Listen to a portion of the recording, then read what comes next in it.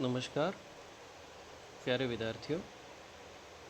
कला तृतीय वर्ष हिंदी साहित्य के द्वितीय प्रश्न पत्र की इस ऑनलाइन कक्षा में आपका स्वागत है। हमारे पाठ्यक्रम में संकलित पुस्तक निबंध चयनिका के अंतर्गत संकलित निबंधों का आपने अध्ययन किया है। उन्हीं में से एक निबंध आचार्य रामचंद्र शुक्ल द्वारा रचित जो करुणा निबंध है,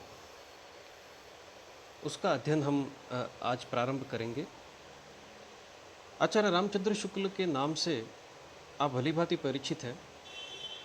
संक्षिप्त में उनके परिचय पर अगर हम बात करें तो हिंदी साहित्य के उत्कृष्ट कोटि के निबंधकार, एक श्रेष्ठ आलोचक, इतिहासकार के रूप में आचार्य रामचंद्र शुक्ल का नाम प्रतिष्ठित है।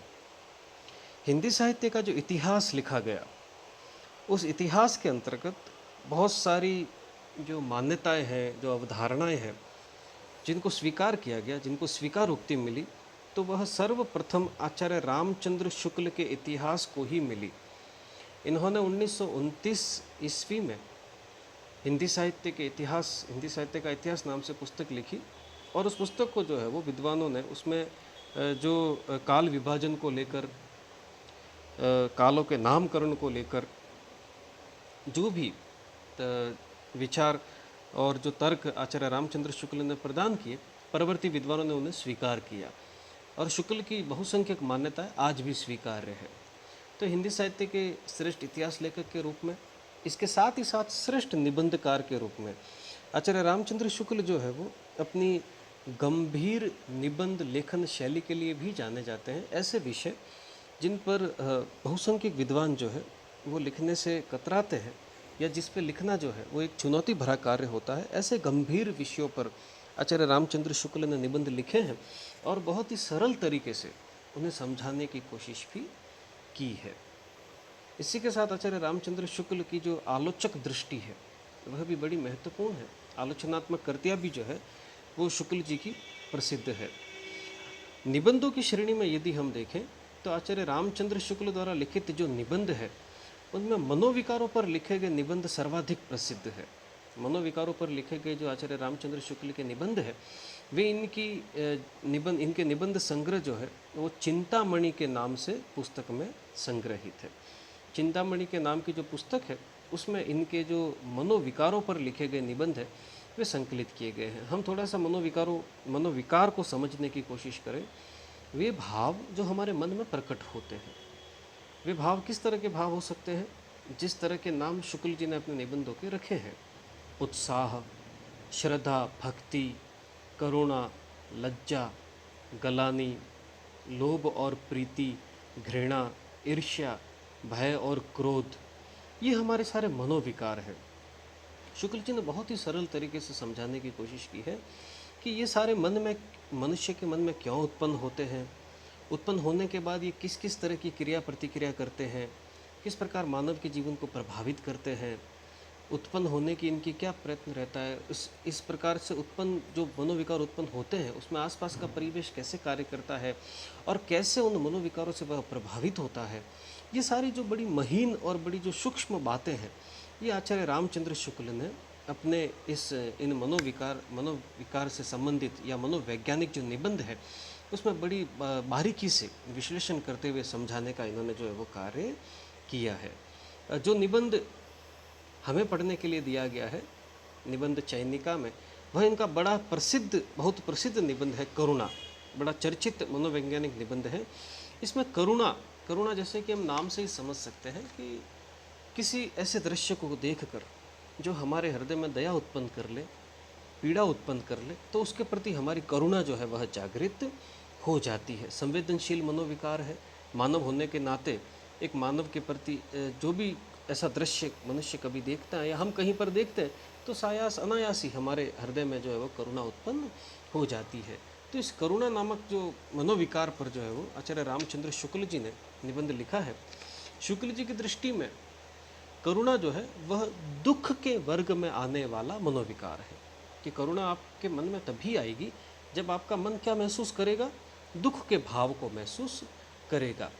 जिसके भी प्रति हमारे मन में करुणा उत्पन्न होती है, हम उसके लिए कुछ न कुछ अच्छा करने का प्रयत्न करते हैं, उसकी भलाई करने की कोशिश करते हैं। यह करुणा जो है वो किसी के भी प्रति उत्पन्न हो सकती है, जिसके भी प्रति हमारे मन में दुख का भाव प्रकट हो जाए, वह अपना भी हो सकता है और पराया भी हो सकता है। कई बार ऐसा भी होता है कि हम मार्ग में जा रहे हैं, हम किसी को नहीं जानते हैं, लेकिन वह व्यक्ति दुख में है, पीड़ा में है, तो अनायास ही हम उसके ऊपर जो है वो जो करुणा का भाव है हमारे हृदय में, वो उसके प्रति जागृत हो जाता है। अज्ञात व्यक्ति के लेकिन इसमें अपने और पराये पर जो हमारी करुणा उत्पन्न होती है, उसमें अंतर अवश्य रहता है। वह तीव्र हो सकती है, कम हो सकती है, सामान्य हो सकती है, सघन हो सकती है।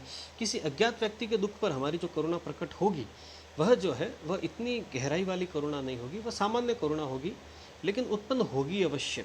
और हमारे किसी प्रिय पे जब कोई विपदा आन पड़े, किसी हमारे अजीज़ मित्र पर या हमारे रिश्तेदार पर या कोई हमारा जो बहुत नज़दीक है, हमें प्रिय है, और उस पर कोई विपदा आन पड़े, कोई कष्ट आन पड़े, तो जाहिर सी बात है वो करुणा अधिक होगी, वह सघन होगी और हम उसके दुख को दूर करने का प्रयत्न करेंगे।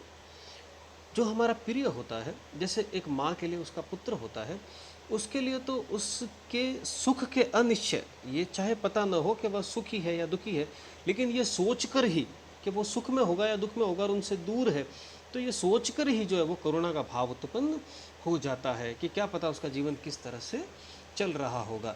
तो यह करुणा का जो भाव है वह तीव्र सापेक्ष जीवन में हमारे जो है वो चलता रहता है, और हमारा मन जो है वो उसका निर्वाह लगातार करता रहता है। किसी भी तरह से हमारा जीवन जो है वो करुणा से अछूता जो है वो रह नहीं सकता।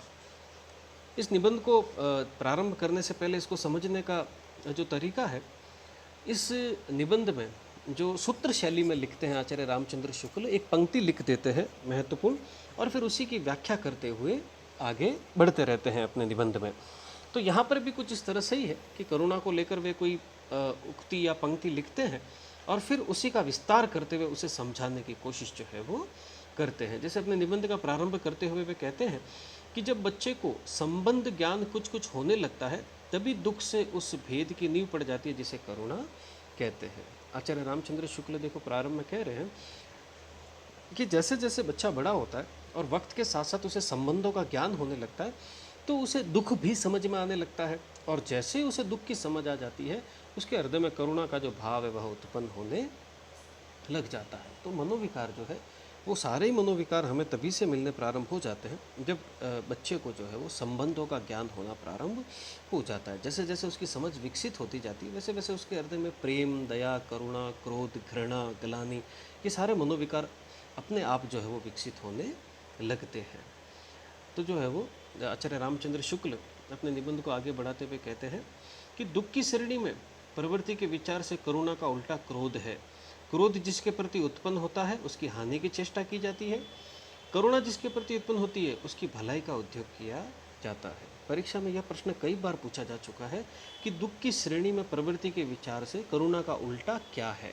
तो दुख की श्रेणी में प्रवृत्ति के विचार से करुणा का उल्टा जो है वह क्रोध है, और इन दोनों में बड़ा ही जो है वो सटीक अंतर है कि जिसके प्रति हमारे मन में क्रोध उत्पन्न होगा उसकी हानि करने की चेष्टा, हानि करने का जो है वो व्यक्ति का मन होता है, और जिसके प्रति करुणा उत्पन्न होती है उसकी भलाई करने का मन जो है वो होता है। जैसे जैसे व्यक्ति समाज में प्रवेश करता जाता है, जीवन को समझता जाता है, वैसे वैसे यह सारे मनोविकार जो है वह उससे वह परिचित होता जाता है, और उनको निभाने का उद्योग जो है वो लगातार वह करता रहता है। तो यहाँ पर जो है वो आचार्य रामचंद्र शुक्ल ने यह जो है वो इस मनोविकार को, करुणा मनोविकार को दुख की श्रेणी में रखा है, और इसकी विपरीत प्रवृत्ति वाले जो विकार को जो है वो क्रोध के रूप में इन्होंने बताया है, और यह स्पष्ट किया है कि जिसके प्रति करुणा उत्पन्न होती है उसकी हम भलाई करने की चेष्टा करते हैं।